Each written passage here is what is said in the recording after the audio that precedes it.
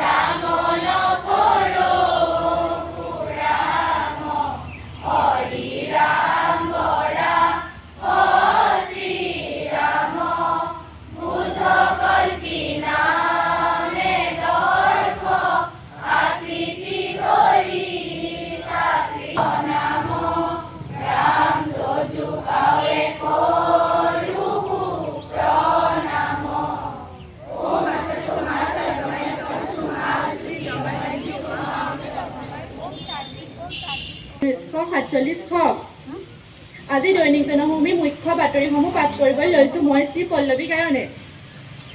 ২৬ৰ নিৰ্বাচন নিয়ন্ত্ৰণ কৰিব ISI। জনগণৰ অনুষ্ঠানতা বিশ্ববিদ্যালয় নিৰ্মাণৰ পুঁজি মঞ্জুৰি। জিলাই জিলাই বন্যাত্মৰ আৰ্তনাদ। এতিয়া পাঠ কৰিবলৈ লৈছো খেলৰ বাতৰিসমূহ। গুৱাহাটী জুনিয়ৰ এলিট ৰাজ্যিক বক্সিং চেম্পিয়ন RCBয়ে পালে 20 কোটি টকা। স্পেইনলৈ বক্সাৰ ফুটবল খেলুৱৈ। ধন্যবাদ। গাঁৱৰ কাহিনী। সেই গাঁওখনত এটা সমল মাৰ্বল পাথৰৰ কাৰণে গিনিজ বুকছ অৱ ৰেকৰ্ডছত নাম কৰিবলৈ সক্ষম হৈছিল। কিন্তু সেই গাঁওখনৰ মুখিয়ালজনৰ নাম আছিল শ্যাম সুন্দৰ পাৰুৱাৰ আৰু সেই গাঁওখনৰ জলবায়ু অতি দূষিত আছিল। এটুপি খোৱা পানীৰ কাৰণে মানুহে হাহাকাৰ কৰিব লাগিছিল। কিন্তু তেখেতৰ শ্যাম সুন্দৰৰ এগৰাকী কন্যা আছিল কিৰণ। সেই কিৰণৰ মৃত্যু হৈছিল। মৃত্যু হোৱাৰ লগে লগে তেখেতৰ অতি মৰমে যদি গাঁওখনত কোনোবা কন্যা সন্তান জন্ম হয়, জন্ম হোৱাৰ লগে লগে 111টা গছ পুলি ৰোপণ কৰিব লাগিব আৰু এজনী কন্যা সন্তান জন্ম হোৱাৰ লগে লগে গাঁওখনৰ এজন পিতৃয়ে 20,000 টকা আৰু তেওঁ বাকীসকলে 11,000 টকা, মুঠ 31,000 টকা এজনী কন্যা সন্তানৰ নামত জমা কৰিব লাগিব। আৰু সেই টকাটি তেওঁলোকে কি কৰিব পাৰিব, যেতিয়া কন্যা সন্তানটি গঢ় লৈ উঠিলে, য'ত তাত দূষিত বায়ু পানী আছিলে, সেই গাঁওখনত এটা বিদ্যালয়ৰ পৰা সম্বৰ্ধনা জ্ঞাপন কৰিছিল। আৰু তেওঁ কোৱা ট্ৰফিটো মই আমাৰ মঞ্জু বাইদেউক পিন্ধাই দিবলৈ অনুৰোধ জনাইছোঁ।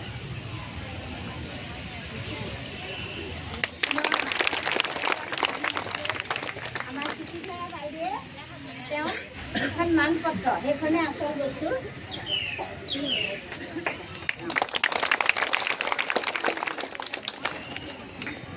কিবা অনুভৱ ক'বা অকণমান কৈ দিয়া তোমাৰ খেলখন জিকি কেনেকুৱা লাগিল সুখী ইমান সুন্দৰ আৰু জানিবা তেওঁ যিটো আজি অৰ্জন কৰিলে সেইটো তেওঁ বাটটো মুকলি কৰি দিলে ন আমি সকলোৱে তেনেকৈ নিজৰ বাটবিলাক মুকলি কৰি ল'ব লাগিব সঁচাকৈ আমি আনন্দিত হৈছোঁ কাৰণ আমি বিদ্যালয়ৰ যিসকল ছাত্ৰ ছাত্ৰী আমাৰ বিদ্যালয়লৈ আহে আমি সদায় তেওঁলোকক উৎসাহ জগাওঁ যাতে তেওঁলোকে যিকোনো ক্ষেত্ৰত আগবাঢ়ি যাব পাৰে আৰু বাবলিয়ে যিটো আচলতে উদাহৰণ দাঙি ধৰিছে বুলি ক'ব পাৰি কাৰণ সীমিত সা সুবিধাৰ মাজেৰে ছোৱালীজনীয়ে এটা বেলেগ ধৰণৰ সফলতা অৰ্জন কৰিবলৈ আজি সক্ষম হ'ল আৰু তাৰ লগতে তেওঁ যিটো প্ৰতিশ্ৰুতি কঢ়িয়ালে সেইটোৱে বিদ্যালয়খনক বহুত আগুৱাই নিয়াত সহায় কৰিব যিহেতুকে আমাৰ অঞ্চলটো যথেষ্ট যদিও নগৰৰ কাষতে লাগি আছে তথাপিও আমাৰ বহু সংখ্যক অভাৱ অভিযোগ আছে আৰু সেই প্ৰতিটো পৰিয়ালত অভাৱ অভিযোগৰ মাজেৰেহে ছাত্ৰ ছাত্ৰীসকল আগুৱাই যাব পাৰে তাৰ মাজতে তেওঁৰ নিজৰ একান্ত অনুশীলনেৰে একান্ত তেওঁৰ একাগ্ৰতাৰে তেওঁ আজি এই যিটো ৰাজ্যিক পৰ্যায়ৰ ৰাষ্ট্ৰীয় পৰ্যায়ৰ পদক অৰ্জন কৰিবলৈ সক্ষম হ'ল তাক লৈ আমি বিদ্যালয় কৰ্তৃপক্ষ অতি সুখী হৈছোঁ